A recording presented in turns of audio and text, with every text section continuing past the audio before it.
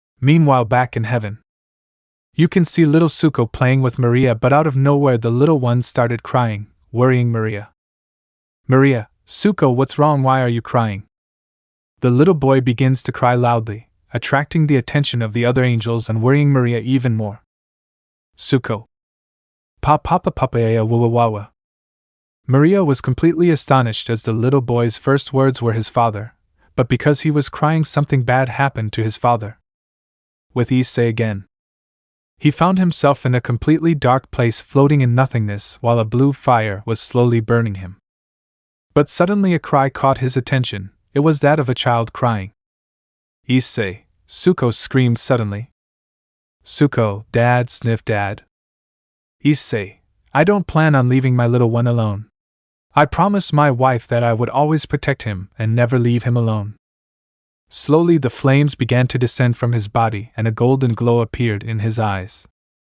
When the gods felt Issei's energy decrease, they were scared of losing their friend, but after a few moments they felt their energy again and let out a sigh. Only his aura was different, and they no longer felt that burst of fire, and they released the barrier and entered the room, and they could see him standing. His shirt was missing, but in both hands were the swords and chains surrounded both arms. Issei turned around, and when they saw him they could feel the power of a primordial within him.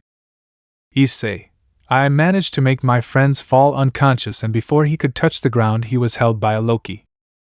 Loki, you did well, now rest, you deserve it. Zeus, wow, sorry guys.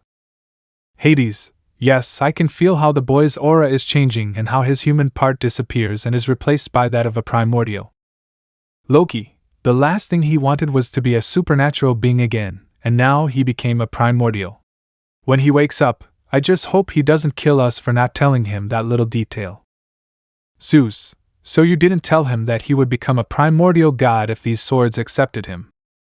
Loki, no. Well, yes, I lied to him about that part, but if I had told him, he wouldn't have agreed to come with me. Hades, you know that when he wakes up and finds out that you didn't tell him everything, we'll have to find a new god to take charge of Asgard. Loki, don't you dare tell him, or I'll tell your wives what you do at night outside of Greece. Hades/Zeus, you wouldn't be able to. Loki, try me. In the sky.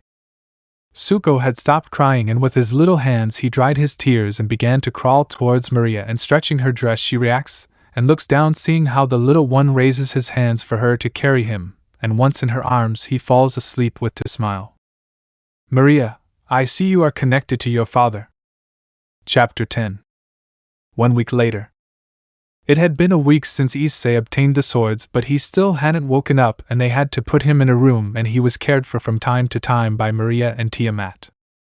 When they both found out about her condition, let's say that their fury was only directed at the god Loki, who received one of the worst beatings of his life and was left on the verge of death. Another thing that happened while Issei was Furnia is that those creatures stopped attacking, and that was very suspicious. The factions, upon learning of the condition of their friend, tried to use this to get closer to him, but they could do nothing since they were prohibited from entering Greece. Currently Issei's room. He can be seen sleeping very peacefully on a bed, and at his side were the swords that at no time separate from their bearer. There were minor gods who in their infinite arrogance tried to take the swords, but the result was that they ended up being burned, and others tried to kill their bearer, but the swords, upon sensing that their bearer was threatened, released an enormous burst of heat that miraculously did not affect Issei but did affect the others. And when Zeus found out about this, let's say he was not at all happy, because among these gods were some of his children claiming that this mortal did not deserve to carry such weapons, and that they were more worthy of carrying them. Other annoyances they had to avoid was that one night they captured Thor's wife, who tried to enter the room where Issei was and poison him for what he did to her husband, and when Loki found out about that, he had no choice but to put her in the Asgard prison for attempted murder. Right now you can see all the gods of Mount Olympian, the Aztec, Egyptian, Japanese, Asgardian gods in a meeting to talk about the latest events of the last few days. But only the main ones of each faction were gathered. Zeus: and tell me, gentlemen, what is the problem with those creatures today? Loki: nothing, it's like they've given up or are up to something. Susanoo: in my territory those things stopped attacking overnight, and that's strange what they're planning. Tonadu: I don't know, we know, but we have to be alert for any surprise attack from the enemy. Are, I agree with Tonadu, we must be prepared for any attack, and the boy has already woken up to something else. But an awkward silence formed in the place, and the first to speak was Loki. Loki: not yet, and we've done everything to wake him up but nothing. Tonadu: I say that the boy was like that because of a test of the swords, like fighting his inner demons, and remember that the boy has a small part of his being enveloped in darkness, and he is surely fighting against that being for control of his body. Susanoo: and how are you so sure of that? Tonadu: remember that my brother is in charge of the moon in dreams, and he was able to enter his mind and saw him fighting against a being exactly like him, only made of darkness, and after that he was expelled from that dream and could no longer access item. Are, so he is fighting against his bad side for control of his body. Zeus: that's right, we just have to wait until the boy manages to win and wakes up, since I'm fed up with the presence of the other beings that more than 11 those brats wanted to come in to keep their Issei company. And the same with my daughters, who don't stop asking me if they want to marry him. Loki: the same thing happens to me, only they are my daughter, my older sister and Thor's daughter, who are asking me to let them marry him, but I am not the one who decides that, but Issei, to let them be with him or not, and knowing him, he will say no, and you already know how they are when they receive a no as an answer. Susanoo: don't mention it to me. My sisters almost destroyed the Japanese faction in the past because he rejected them, and after that something grew inside them, something bad. They became obsessed with him, and with the help of my parents and my brothers we had to lock them in a special seal because they were becoming dangerous. I had to do the same with my daughters, and although it hurts my soul, what I did to them was for the greater good, and so that they would also reconsider. Tonadu: the same thing happens to me, only with a certain dragon who never stops bothering me with the idea that she would be more worthy of being the mother of the little one than those two. Loki: don't mention them, I beg you, he said, trembling with fear. But before he could ask why, a soldier entered the room with blood on his face. Soldier: Zeus-sama, we are under attack. Zeus: who are we being attacked by? Soldier: for those things, and there are thousands of facts, and also ice giants have already taken the city of Athenas, and now they are heading here to fall dead, since he had an ice sword stuck in his back, and behind him one of those creatures that ended up being killed by a powerful ray at maximum power. Zeus: all of you return to your pantheons and protect them. So each god went to his respective faction, and others decided to stay. Loki: Heimdall, close the portal now. Heimdall: all right, sir. Loki and the others go outside, and what they saw left them surprised, since there were thousands of those creatures, and Loki was surprised to see the ice giants. Loki: it can't be, those giants were supposed to have already been eradicated. Zeus: very well, gentlemen, this will be a somewhat difficult battle to win, since they outnumber us, and although we are gods, we will not be able to fight them all, and we may possibly die trying, but if it is to defend our friend, we will do it. Issei: what beautiful words you dedicate to me, friend, but you will not fight alone. All Issei/friend/little brother when you woke up. Issei, a few minutes ago, and when I realized where I was, I heard an explosion and war cries, and now I am here in front of you, and you, Loki, will have a lot to talk about when we are done with this. Loki, you felt your aura, right? Issei just stood in front of him to slap him. Loki, I deserved it.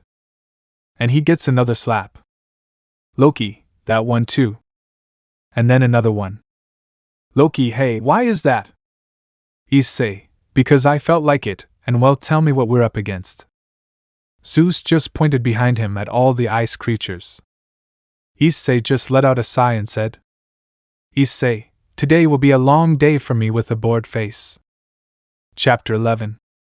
Issei, well, tell me what the situation is now and how long I was sleeping.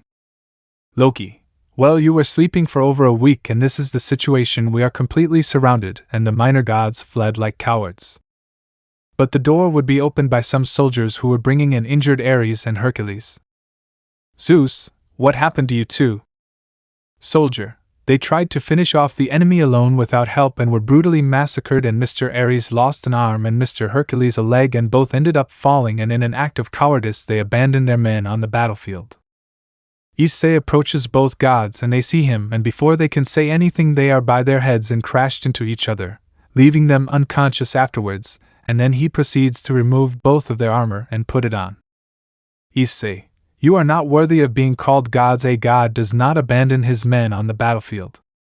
The others didn't say anything because it was true, and Zeus just shook his head.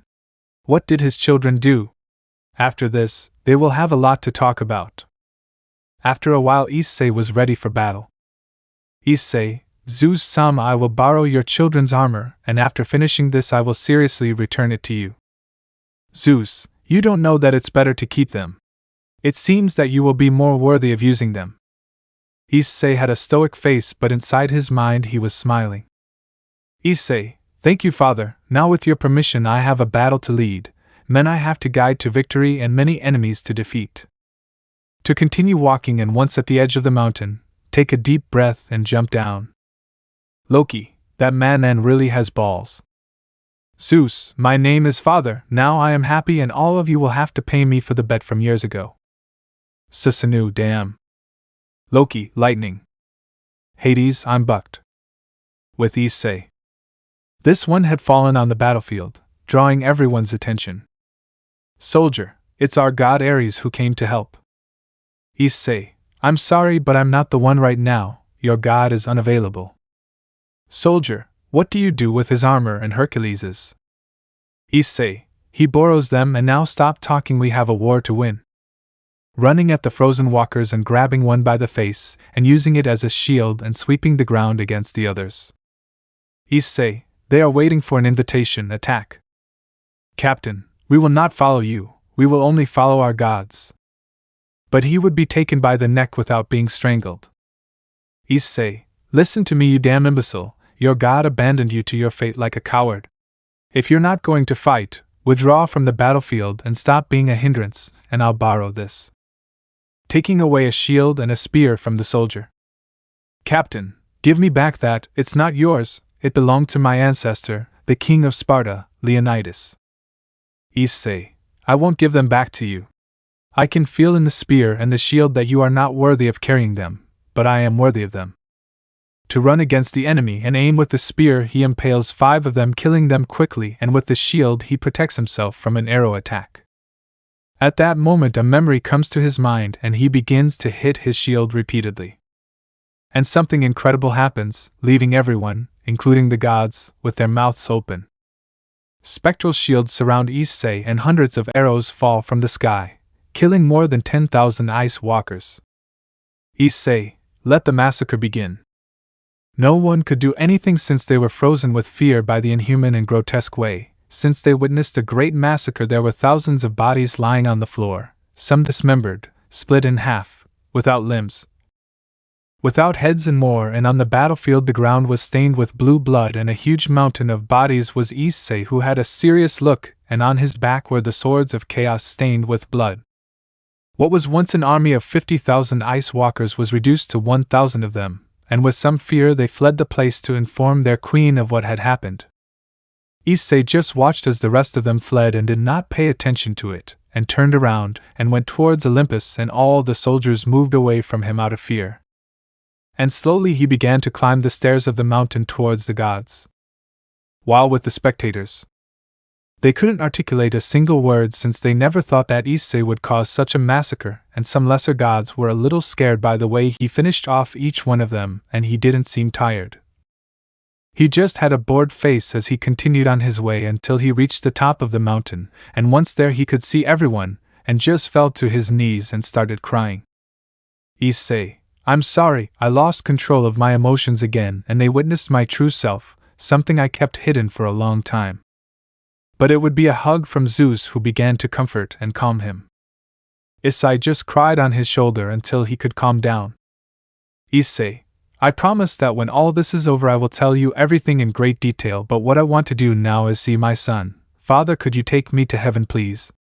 I still don't know how to use my new powers, abilities, and my magic is somewhat altered by the sudden change of auras. Zeus, of course, son, I'll gladly take you there. Hold on to me. This will be quick. In a beam of light they disappear and reappear in the sky, where Issei felt the presence of his little one, and fast as lightning he arrived where he was, only for a thread of blood to fall from his nose as he could see the most beautiful woman in the world completely naked with a 1-year-old baby sucking on one of her breasts.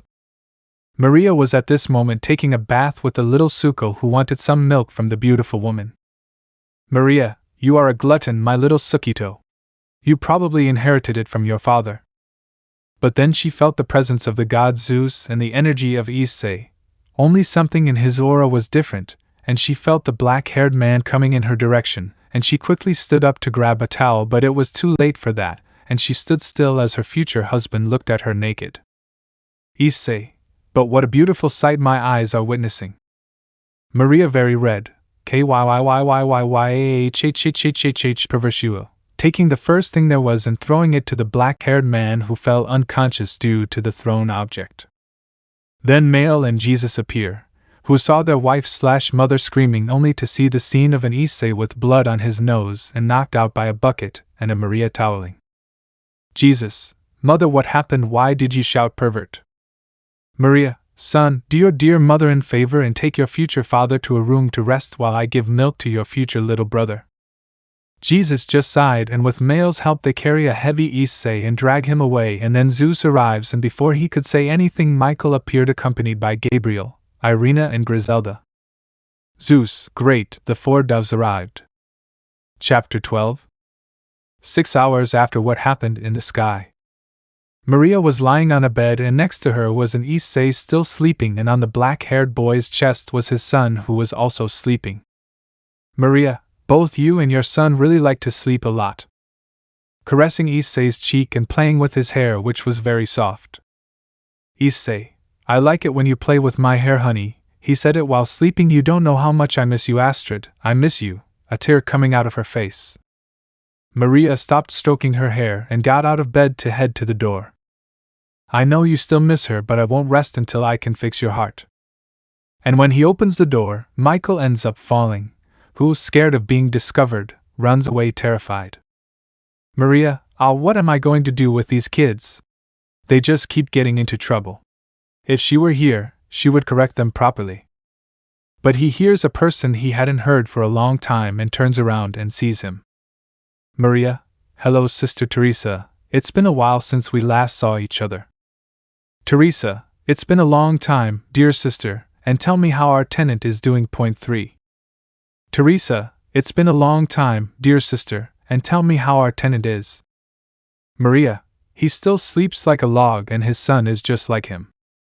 Teresa, and where is our guest? Maria, she returned to her pantheon because she had to claim something from her friends. Greek pantheon.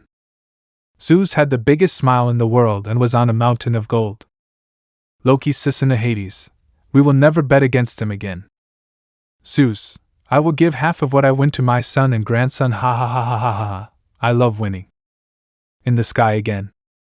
This Maria and Teresa are talking and drinking some tea until a male enters in a hurry and kneels before Maria. Male, My lady Issei-sama has just woken up from her sleep and asked me to go see you right now since she has something important to tell you. Maria got up from her chair and walked slowly to her destination. With Issei and Tsuko both were sitting staring at each other. Issei, come on son, you can say dad. Tsuko, mom. Issei, no, you don't have to say that dad, papa. Tsuko, mmhhhhda. Dad. Issei, that time it's not so difficult to say it, right? Now try to walk. I know you can. Tsuko tried to do what her father asked, and with her little hand she touches the floor and tries to stand up but ends up falling, and when Issei was about to help him, his son stopped him and saw how he tried again until after about 5 attempts he succeeded, and with somewhat clumsy steps he managed to reach his father, who was crying with emotion since his son managed to walk to him, and that made him cry with joy since his little one was growing.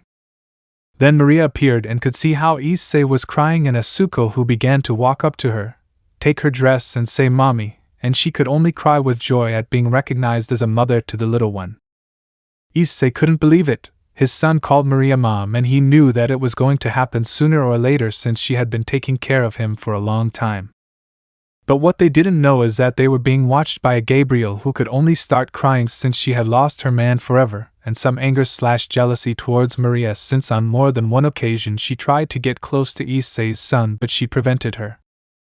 Gabriel, damn you, first you take me away from Issei's son and now you're going to take away the only man I love. I can't allow that. Issei-kun will be ours and no one else's. I have to tell the girls about this as soon as possible. Leaving the place and making a communication circle to talk to the girls and see how to get his Issei back. But she didn't notice that someone had heard everything she said and wouldn't allow them to hurt her mother. Jesus, I won't let you do something crazy, girl. I'll have to tell my future father about this. Father said it with some difficulty. Back in the room. Issei, Maria, I have to ask you to do me favors and it is very important. Maria, and what would that be, Issei-kun? Issei, I need you to tell Michael to talk to the other faction leaders and I will talk to the other leaders to be able to make a temporary alliance to defeat this common enemy since I could realize that I only defeated 10% of his troops, and we will need everyone's help to be able to defeat him, and I will also go talk to some old friends that I haven't seen in a long time and also to Claus since I mysteriously lost all contact with him, and that is very strange. Maria, okay, I'll see what I can do, but in exchange for this I want to ask you in favor, she said seriously and a little blushed. Issei, and what would that be? Knowing what he would ask for, he thought. Maria, I want a date with you, blushing deeply at what she said and waiting for an answer. Issei, okay, we'll have a date but when we're done with all this. Maria was happy and calm but in her mind she was jumping with excitement, since everything was going perfectly and very soon she will be married to him, and will give her purity to the man she loves. But then Jesus arrives and tells Issei that he wants to talk to him alone, and his mother leaves the place with Tsuko in her arms. Jesus, Issei, I have something important to tell you. Issei, what would that be, Christ the King? Jesus, Gabriel is planning something with the other girls and I could feel a slight aura of jealousy coming from her. Issei, I already knew that girl and the others are still immature, but it is better to leave that for another time and have a meeting with all the factions and the main gods. To go outside even with his armor on and the swords of chaos shining brightly. Chapter 13. Issei was now more serious than usual, and how could he not be sincere? In front of him was his ex-friend, Griselda, and Gabriel who couldn't stop looking at him, and more at little Tsuko who was with Maria in her arms. Issei, tell me what your business is for being in my presence. Irina, you see, Issei-chan, we wanted to know if you could give us a second chance to fix things and get back together again. Issei, no thanks, I'm not going for a second chance, and why don't you go with your boyfriend, the blonde prince, and the same goes for you too. Griselda, but Issei-kun, we just want to make amends for what we did, please, by kneeling before him. Issei, I'm sorry but none of that can be done since they arrived a bit late for that, 10 years late. Gabriel, but why do you let Maria-sama be by your side if she also betrayed you? Maria, for your information, girl, I didn't agree with this thing about keeping secrets from Issei-kun, and you know how I found out what they were doing? Well, let's tell. A little bird told him what they were doing. And out of nowhere Jesus appeared. Jesus, I was the one who told them because what you were doing was stupid, and you are lucky that thanks to those bracelets you didn't fail. Irina/Griselda, why did Jesus-sama do that? Jesus, it was the right thing to do since my mother is in love, but he couldn't finish his prayer because he received a slap from his mother and ended up fainting. Maria, Mail-chan, could you take my son to his room and I'll talk to him later, she said sweetly. Mail quickly understood his mistress's orders and carried his friend in his arms to quickly leave the place. Issei, wait, what did he mean by the last thing? Something doubtful since he couldn't hear the last thing. Maria, nothing important. Issei-kun, you better forget what my son said. Issei just agreed, and at another time he would talk to him. After a while, and the three women not getting a positive response from the black-haired man, they decided to try another day. Issei was now in Michael's office, who looked at him with a somewhat nervous smile since the black-haired man's aura was somewhat intimidating and added to his new power it was terrifying. Issei, very well Paloma, speak, what do you want from me so I can leave here? Your presence only makes me want to prepare Peruvian-style Paloma. Michael felt somewhat offended and his pride destroyed by this since it was well known that in the country of Peru they eat pigeons. Michael, I just wanted to tell you that the meeting will take place in 5 days in Olympus at the request of Zeus-sama, and both Surzek, Azazel, Yasaka and Valerie Teeps agreed to be part of the meeting. Issei, well now if you excuse me I'll leave, I have some matters to attend and I'll be back on the day of the meeting. And another thing, keep your sister and her friends away from my son or else heaven will have to look for a new leader, let it be clear. Michael, it's clear as day. Don't worry. I'll keep an eye on them in case they try something stupid. Issei, sensing that she wasn't lying, went to the door, and once outside he closed the door, making the office shake. Michael just sighed and got up from his seat to let a few tears fall from his face, and locking the door a light surrounds him and shows a female figure, and from his drawer he takes out an old photo of Issei and places a kiss on it. Micheli, I hope that one day you can forgive me, Issei-kun, and no matter how long I have to wait I will be patient, and when the time is safe I will reveal my identity to you. Issei was getting ready since he had to go in search of certain people who helped him 5 years ago. Once everything was ready, he said goodbye to his son with a kiss on the forehead and a kiss on the cheek to Maria, and the aforementioned had smoke coming out of her head from the sudden kiss, and with a dreamy face she had unholy thoughts with Issei. Location: Russia. Retirement home. In one room was the former leader of the Soviet Union, who was apparently cleaning some knives. Soviet, you know, old friend, perhaps they never taught you at home to knock on the door. Issei, well, you know that manners are not my strong point. Soviet, and tell me what brings you to these places, taking 2 glasses and a bottle of vodka and offering a glass to his old friend. Issei, I just came to ask for your help with something. Soviet, and what would that be? Issei, prevent the planet from becoming a frozen wasteland. Soviet, I'm sorry but I think I won't be able to help you this time since as you can see I'm not as young as before and I highly doubt my son Russia will help you. Issei, I knew you would say that and I took the trouble to borrow this from heaven without them noticing. Leaving a jar with a red liquid inside. Soviet, what is this, comrade?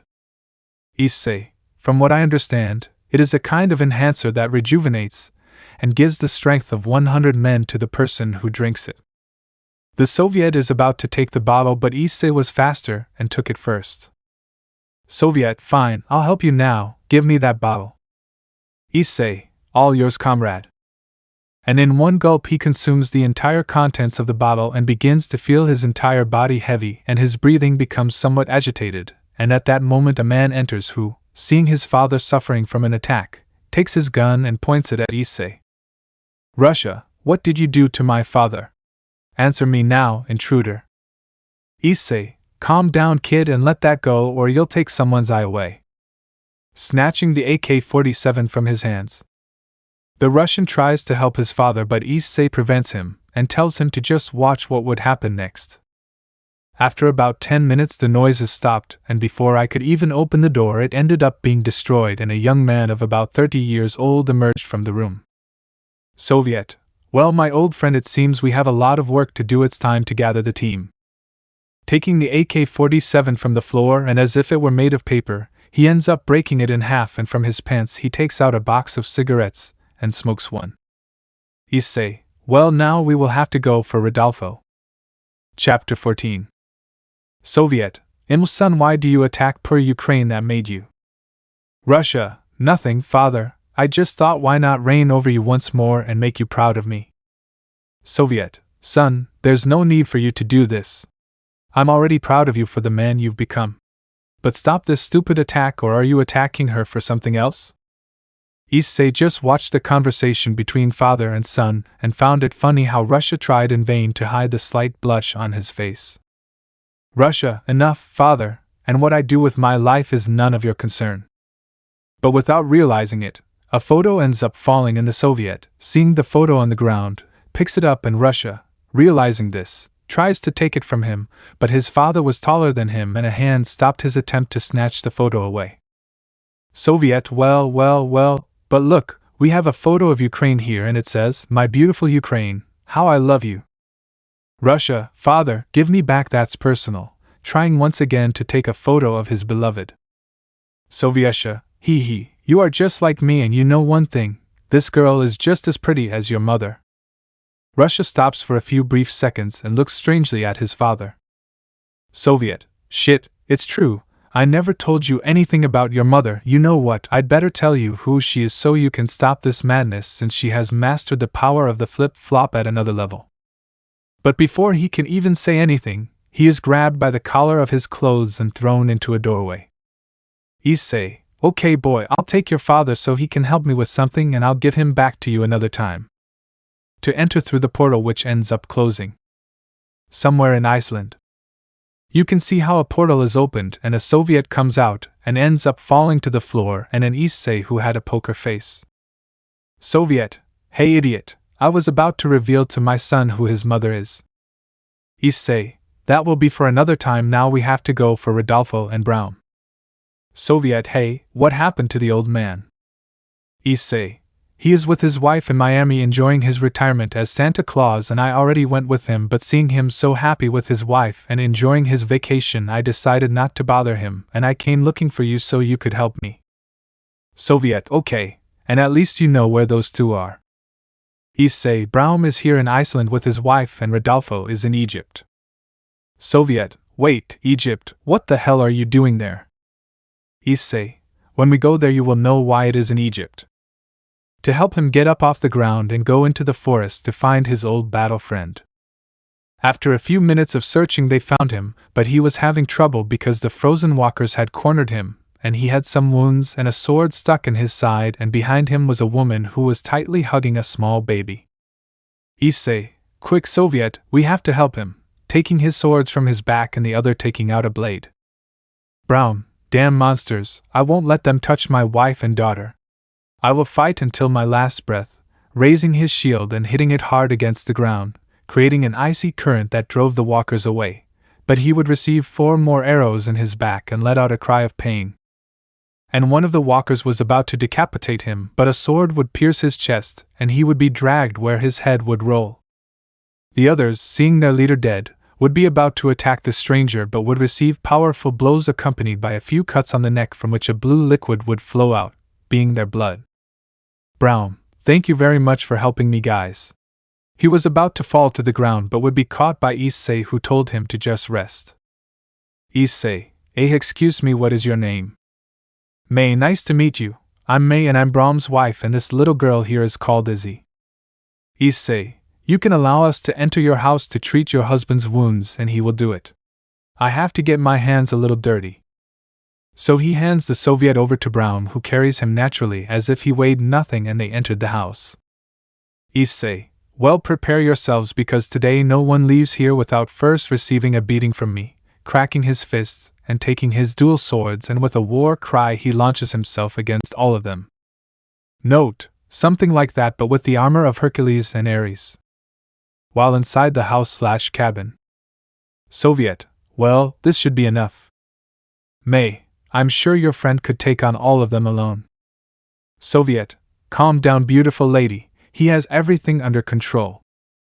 In that they see how one of the walkers enters the house, and before even being able to take his knife to kill it, a fist goes through the wall, and the walker grabs the top of his skull and in a brutal way loses the top of his head, leaving the other half with his tongue out, and falling to the ground dead.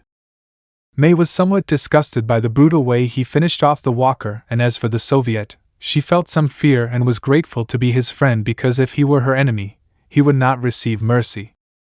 20 minutes later.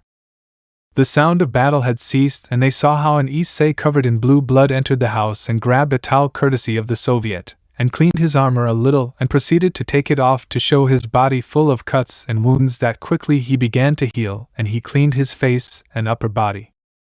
Issei, well, tell me, our sleeping beauty has woken up. May, not yet, sometimes my husband is a deep sleeper, and now with the fainting spell I doubt he will get up. Issei, I have an idea, Mrs. May, can you lend me your kitchen? May, yes, of course.